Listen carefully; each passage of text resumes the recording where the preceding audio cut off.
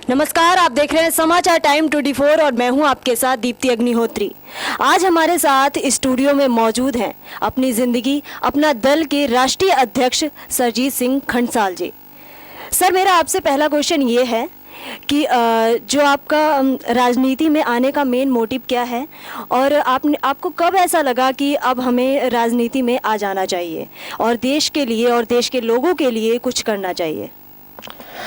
वास्तविकता ये है कि जिस समय मैं सर्विस के दौरान अपना कार्य करता था और ख़ासकर जो मेरे पास किसान आते थे, मैं कृषि विभाग से संबंधित था। उसका नाम था उत्तर प्रदेश बीज एवं तराई विकास निगम। इसका जो हेडक्वार्टर था वो उत्तराखंड में स्थित था और हमारा जो दफ्तर वगैरह थे वो लखनऊ में भी थे और यूपी में ही मेनली इसका काम था। उस समय बंटवारा नहीं हुआ था। मैं 20 फरवरी 1975 को इसमें आया था और उसके बाद जो किसान लोग मेरे पास आते थे उनकी बड़ी दुर्दशा होती थी। वो सर्टिफाइड सीड्स जो है मांगते थे और सर्टिफाइड सीड्स गवर्नमेंट के हिसाब से जितना होना चाहिए उतना नहीं मिलता था। और सर्टिफाइड सीड्स से, प्रमाणित बीज से आप अच्छी तरह जानती हैं कि उपज में 10 से 15% की वृद्धि हो जाती है। तो ऐसी स्थिति में मैं इसको भली भांति समझ रहा था और काफ़ी 20 साल सर्विस करने के बाद मैंने ये महसूस किया कि कृषि में जो मज़दूर हैं या जिसके पास 6 एकड़ ज़मीन से भी कम है, जिन किसानों के पास 6 एकड़ ज़मीन से कम है, वो भी एक तरह से मजदूरी का ही हिसाब किताब उनका है। और ऐसी स्थिति में मैं इसको बहुत लंबे समय से ये सोच रहा था कि कैसे इन समस्याओं का समाधान हो सकता है कि किसान को कोई पेंशन नहीं मिलती है, किसान को कोई बंधी हुई जो है रकम प्रति माह नहीं मिलती है किसी भी रूप में। वैसी स्थिति में क्योंकि खर्चे तो सबके सामान्य होते हैं, जैसे उसके बच्चों की फीस है या उसके जो और खर्चे हैं वो प्रति माह हैं, लेकिन उसके पास निरंतर आमदनी की कोई व्यवस्था नहीं है। जब फसल आती है तो उसको आमदनी थोड़ी बहुत हो जाती है।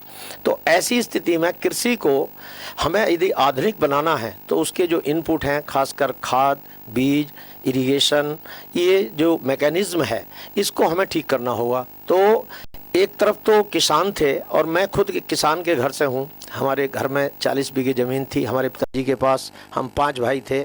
ऐसी स्थिति में पढ़ाई लिखाई भी होना, सही से होना, ये बड़ा संभव नहीं हो पा रहा था। तो मैंने ये महसूस किया कि सामान्य आदमी जो है किस प्रकार से अपनी गुजर बसर कर रहा है और गरीबी में रहते हुए मेरी पढ़ाई लिखाई हुई। मैं गरीब परिवार से था, अत्यधिक गरीब परिवार से था। तो ऐसी स्थिति में अंत में आते आते 1994 के पास मैं देख रहा था कि किस तरीके से परिस्थितियां बदल रही हैं। तो मैंने ये 2005 में ये निर्णय ले लिया कि मैं कुछ नहीं है तो आगे चल के एक पार्टी बना करके, जो राजनीति में भ्रष्टाचार है और भयंकर भ्रष्टाचार है। आप ये देखिए कि किसी आदमी से क्वेश्चन पूछिए तो वो कहता है कि साहब जो है कैसे विश्वास करें आप पे। मतलब आज स्थिति ये है कि जो लोग कुर्ता पजामा पहने हुए हैं उनकी रेस्पेक्ट समाज में नहीं रह रही है। एक कुर्ता पजामे का एक सिंबल बन गया है कि साहब ये लोग जो हैं कहीं ना कहीं किसी ना किसी रूप में किसी राजनीतिक पार्टी के हैं और वो पार्टी भ्रष्टाचारी पार्टी है। अब थोड़ी सी कुछ पार्टियां हैं जो अच्छे लोग भी हैं उनमें, और लेकिन जो ज़्यादातर लोग हैं वो कॉमन आदमी के लिए, साधारण आदमी के लिए कोई व्यवस्था उनके पास नहीं है, उनके पास कोई मैकेनिज्म नहीं है। तो ऐसी स्थिति में मुझे लगता था कि there must be a competency, वहाँ पे भी एक कॉम्पिटेंसी की आवश्यकता है। और तब हमने जो है, मैं 15 फरवरी 2013 को रिटायर हुआ और उसके बाद जो है मैं पार्टी बनाने के लिए तरह तरह से इसको प्रयास किया। अंत में श्री चमन सिंह जो गाजियाबाद के रहने वाले थे उनसे मेरा संपर्क हुआ और उन्होंने मुझे बहुत सहयोग किया और हम दोनों ने मिलकर, फिर और लोग हो गए, सब ये पार्टी का रजिस्ट्रेशन कराया। पार्टी हमारी जो है 7 सितंबर 2016 को रजिस्टर्ड हो गई और 12 सितंबर 2016 को मुझे इसका प्रमाण पत्र मिल गया इलेक्शन कमीशन ऑफ इंडिया से। उसके बाद हमने जो है लगातार कोशिश की लोगों से मिलने की, उनकी क्या समस्याएं हैं। मैंने करीब जो है 1,22,000 लोगों से संपर्क किया और संपर्क करने के बाद समस्या जानने की कोशिश की और उस समस्याओं को जानने के बाद तमाम लोगों के लिए, जितने भी वर्ग हैं उनके लिए एक मैनिफेस्टो घोषणा पत्र तैयार किया है। उसमें काफ़ी मुद्दे हैं, डिटेल में आपको वो बुकलेट देखने को मिलेगी। 27 सितंबर का हम लोग प्रयास करें। सर, जैसा कि देश के प्रधानमंत्री श्री नरेंद्र मोदी जी ने देश हित के लिए नोटबंदी का फैसला लिया और उसके बारे में आपका क्या कहना है? निश्चित रूप से माननीय प्रधानमंत्री जी ने बहुत ही अच्छा फैसला लिया है। जो 70 साल में किसी भी सरकार के द्वारा नहीं किया गया, वो मोदी जी ने करके दिखाया है। इसमें बड़ी अच्छी बात है। लेकिन सबसे बड़ी परेशानी तब आती है जब लोग जो हैं 3-3 दिन तक लाइन में लगे हुए हैं और उसके बाद उनको पैसा नहीं मिल पाता है, या जो पैसा डिपॉजिट करना चाहते हैं वो डिपॉजिट नहीं हो पा रहा है। और अभी तक आपने देखा कि 40 लोग इस तरीके से मर चुके हैं, लाइन में जो है बेहोश होकर लोग गिर रहे हैं। तो मेरे हिसाब से एक व्यवस्था जो है वो पूर्ण व्यवस्था जो कायदे से होनी चाहिए थी वो नहीं हुई। पहले हमें सुनिश्चित कर लेना चाहिए था कि एडिक्वेट करेंसी हमारे पास है और सारी व्यवस्थाएं प्रो एंड कॉन्स इसके हमें जान लेने चाहिए थे, तब ये ज़्यादा सही कर तो होता अगर ये उस तरीके से करते इस चीज़ को। लेकिन ऐसा हुआ नहीं है। जैसे उदाहरण के लिए जिनके घर शादी है, अभी कल जो है 2.5 लाख रुपए की बात कर रहे हैं, 2.5 लाख रुपए शायद किया है, लेकिन 2.5 लाख रुपए से काम नहीं चलता। एटलीस्ट 5 लाख रुपए जो है वो शादी के लिए दिया जाना नितांत आवश्यक है। आज इस महंगाई में छोटी से छोटी शादी जो है वो कोई 5 लाख रुपए में बड़ी मुश्किल से हो पाती है। तो 2.5 लाख की जो रकम है, दूसरी चीज उसके लिए जो व्यवस्था है उसको लाइन में ना लग के, क्योंकि उसको बहुत सारे काम करने होते हैं, उसको वो पैसा 5 लाख रुपए सीधे दिया जाना चाहिए। शादी का कार्ड देख के उसको एसडीएम से वेरीफाई करा लो और उसके बाद जो है उस पैसे को उसको तत्काल दिया जाना चाहिए, जिससे वो अपनी शादी की व्यवस्थाएं कर सके। इसके अतिरिक्त जो किसान है, किसानों की अभी जो है बुआई का सीजन चल रहा है, अब वो लाइन में खड़ा होगा पैसे निकालने के लिए, तो एक ऐसी व्यवस्था आनी चाहिए थी जिससे इस फसल पर प्रभाव नहीं पड़ता। बहुत से किसान परेशान हैं। हम लोगों ने गांव में जाकर के देखा कि किसान जो है लाइन में लग रहे हैं और लगातार 3-3 दिन तक उसको पैसा नहीं मिलना है। ऐसी स्थिति में खासकर किसानों के लिए, मजदूरों के लिए फैक्ट्रियां बंद हो रही हैं, लोग जाकर के लाइन में खड़े हुए हैं।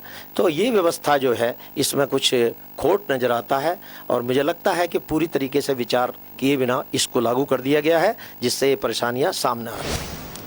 सर, आप अपनी पार्टी के बलबूते पर देश के लोगों को और देश को क्या संदेश देना चाहते हैं? हम इतनी बात कहना चाहते हैं कि जो भी पार्टी सरकार में है, उस पार्टी को जो अपने मुद्दे हैं उसके जो उसने घोषणा पत्र में दिया है उसको पूर्ण करे। अदरवाइज जनता के साथ ये बहुत बड़ा धोखा है। वादे तो बड़े बड़े करते हैं और उसके बाद जब क्रियान्वयन की बात आती है तो उसके क्रियान्वयन में जो है बहुत बड़ी उन्हें असुविधाएं लगती हैं और करते नहीं है। उदाहरण के लिए उत्तर प्रदेश के अंदर अगर मैं आज देखूं तो एक तरह से जंगल राज है, सरकार नाम की कोई चीज़ दिखाई नहीं देती। जैसा आपने देखा बुलंदशहर की घटना, बदायूं की घटना, महिलाओं के साथ रेप होने के बाद उनकी नंगी लाशें पेड़ पर टांग दी गई। मुझे नहीं लगता कि उत्तर प्रदेश में कोई सरकार नाम की चीज़ है। और जहाँ तक इस बात का सवाल है कि वादे करते हैं, गन्ने का भाव उत्तर प्रदेश में 280 और 290 कुंटल प्रति कुंटल पिछले 2 वर्षों से दिया जा रहा, लेकिन जब देने की बारी आती है तो 240-250 रुपए दिए जाते हैं। 40 रुपए 50 रुपए कुंटल कम क्यों दिया जाता है और समय से क्यों नहीं दिया जाता, ये एक बड़ा विचारणीय प्रश्न है। हम सर, आपको क्या लगता है कि कहीं ना कहीं ये मतलब यहाँ पे किसकी कमी है, सरकार की? मतलब कहाँ पे कमी आ रही है? ये तो निश्चित रूप से सरकार की कमी है और कोई एडमिनिस्ट्रेशन नाम की चीज़, प्रशासन नाम की चीज़ आप उत्तर प्रदेश में तो नहीं देखती हैं। जिस तरह से एक परिवार की पार्टी है, इस तो बिल्कुल एक कहा जा सकता है कि प्राइवेट लिमिटेड कंपनी की तरह से चल रही है। जब मर्जी चाहे जिसको हटा दो, जब मर्जी चाहे जिसको ले आओ और साथ साथ पैसा दो ना दो, कमिटमेंट की कोई वैल्यू नहीं है। जब किसानों को 280-290 रुपए कुंटल के हिसाब से घोषणा की गई तो भुगतान देते समय 240-250 क्यों दिया जा रहा? ये तो बहुत बड़ा धोखा है किसानों के साथ। और निश्चित रूप से जो भी भाव तय किया जाता है वो मिलना चाहिए। हम इसके लिए जो है पर्ची डालने के 25 दिन के अंदर भुगतान की व्यवस्था सुनिश्चित कराएंगे और यदि किसी कारणवश भुगतान नहीं मिल पाता है 25 दिन में तो उसको ब्याज सहित भुगतान दिया जाएगा। साथ साथ जैसे समर्थन मूल्य की बात थी, भारत सरकार में मोदी जी ने बड़े स्पष्ट शब्दों में कहा था कि स्वामीनाथन आयोग की रिपोर्ट जो है के अनुसार हम लोग इसका समर्थन मूल्य तय करेंगे, चाहे वो गेहूं हो चाहे धान हो। लेकिन ऐसा कुछ भी नहीं हुआ। सरकार में आने के बाद पूरी तरह बदल गए। उसके हिसाब से हमारे यहाँ 1800 से 2000 रुपये कुंटल का समर्थन मूल्य आता है, लेकिन 1450 रुपये दिया। इस बार भी 1625 रुपये देने की बात हो रही है। तो ये एक बड़ी विचित्र सी स्थिति है कि बातें तो बहुत बड़ी बड़ी की जाती हैं, 15 लाख रुपए हर एक के अकाउंट में आ जाएगा, अभी तो 5 रुपये भी नहीं आया। तो मुद्दों से ध्यान ना भटकाया जाए और विश्वसनीयता बनी रहे, इसके लिए जो भी घोषणा हो वो पूरी तरीके से ठीक ठाक चलें। और भ्रष्टाचार तो बिल्कुल जड़ से ख़त्म होना चाहिए। मोदी जी ने बड़ा अच्छा स्टेप लिया है, हम इसके लिए उनको बधाई देते हैं और आशा करते हैं कि जो जनमानस की समस्याएं हैं, चाहे वो लाइन में लगने की समस्याएं हैं, चाहे किसानों की समस्याएं हैं, चाहे मजदूरों की समस्याएं हैं, चाहे मनरेगा की समस्या है, उस पर निश्चित रूप से जो है वो प्रकाश डालेंगे। हमने अपने मैनिफेस्टो में मनरेगा के लिए कम से कम 500 रुपये प्रतिदिन, जहां 160 रुपये आज मिल रहे हैं, हमने 500 रुपये प्रतिदिन का अनुरोध किया है। भारत सरकार से हम इस विषय पर अनुरोध करेंगे और कम मनरेगा में भी इस योजना को और बृहद रूप से लाने की कोशिश करनी चाहिए, जिससे किसानों के यहाँ भी मजदूर देने चाहिए। आज मजदूर गांव में 300 रुपये 350 रुपये मिलता है प्रतिदिन के हिसाब से, तो 150 रुपये पे किसानों को मजदूर मुहैया कराए जाएं मनरेगा के हिसाब से। और मनरेगा योजना के अंतर्गत किसान 150 रुपये दे और भारत सरकार 350 रुपये दे, तो मजदूर को 500 रुपये मिल जाएगा। तो उसके लिए भी ठीक रहेगा और किसान के लिए भी ठीक रहेगा और योजना भी अच्छी तरीके से संचालित की जा सकती है। इसके साथ साथ महिलाओं का जो मुद्दा है, सुरक्षा का जो मुद्दा है, हम निश्चित रूप से इसे बहुत ही बड़ा स्टेप लेने जा रहे हैं और आने वाले समय में आपको ये सब देखने को मिलेगा। जी घंटाल साहब, आपका स्टूडियो में आने के लिए बहुत बहुत धन्यवाद और समाचार टाइम 24 के साथ में जुड़ने के लिए बहुत बहुत आभार। तो फिलहाल के लिए हमारे इस कार्यक्रम में बस इतना ही। समय के साथ चलते रहने के लिए देखते रहिए समाचार टाइम 24। धन्यवाद।